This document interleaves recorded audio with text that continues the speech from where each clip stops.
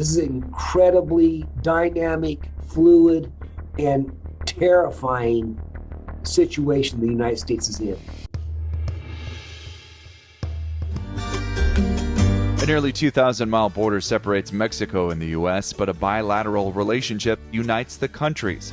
Mexico is a top travel destination for Americans and our second biggest trade partner, according to the U.S. State Department. We trade $1.5 million a minute with Mexico. But the relationship has a cartel cloud lingering over it.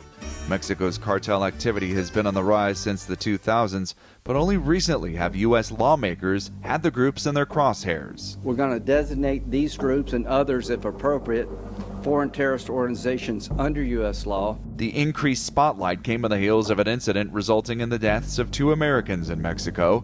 The American response gained a harsh reaction from Mexican President Andrés Manuel López Obrador, calling Mexico safer than the U.S. But the numbers don't support his claim. 2020 data from the Mexican government had Mexico's murder rate 4 times higher than that of the United States.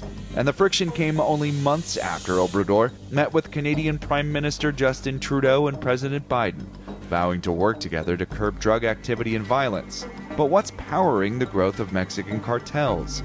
Experts say financially the drug trade as they meet the supply of America's drug demands. The ability of the cartels to get to the point that they're at today is really because of the amount of drugs that we consume here in the United States. Jerry Robinette, a retired special agent for Homeland Security Investigations, says the cartels fostered corruption by bribing Mexican police, judges, and elected officials. There used to be a time when the cartels had to work with the law enforcement, had to coordinate with law enforcement, had to get permission, had to have some sort of coordination.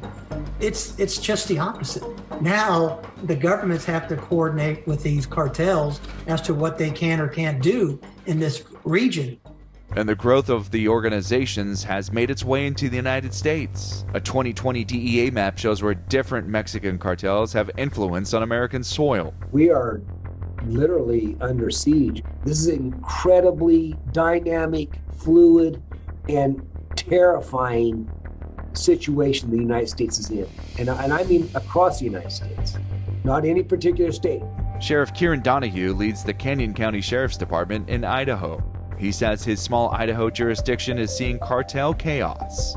And we're dealing with the overdose deaths. We're dealing with the violence that the drug trade promotes and creates. And we're dealing with the cartels themselves, the stash houses, the laundering of money through different businesses. Many of those deaths, the result of cartel-produced fentanyl. Synthetic drugs are made by so-called cooks in Mexico, then smuggled into the U.S., where American-based cartel groups proceed to distribute to big cities and rural towns. My local team just took off last week 19,900 fentanyl pills in one search warrant and 3.5 pounds of methamphetamine. That's one guy, one gang member. And the issue is exacerbated by breaches along the northern border. What we're also seeing, and what's become incredibly significant, and you're seeing it in media stories most recently, is our northern border. The longest border in the world is our northern border with Canada. Incredibly porous. We do not have the resources. They do not have the resources. The sheriff suggests responding with military-style action. These are powerful, powerful people, and they have military intelligence, they have military weapons, they have military equipment, they operate as a paramilitary organization. That rhetoric is gaining support. Last March, the Drug Cartel Terrorist Designation Act was introduced. It was referred to the Committee on Foreign Relations, and Senator Lindsey Graham sponsored the Narcos Act, which was referred to the Select Committee on Intelligence. We're going to introduce an authorization to use military force where the United States military can go in and destroy these labs and destroy these networks if possible. Mexican President Andrés Manuel López Obrador has dismissed the calls by U.S. lawmakers, saying, quote, "We are not going to permit any foreign government to intervene in our territory, much less a foreign government's armed forces," leaving a lot of lingering questions as what was once a problem for our neighbors to the south is now a U.S. problem too.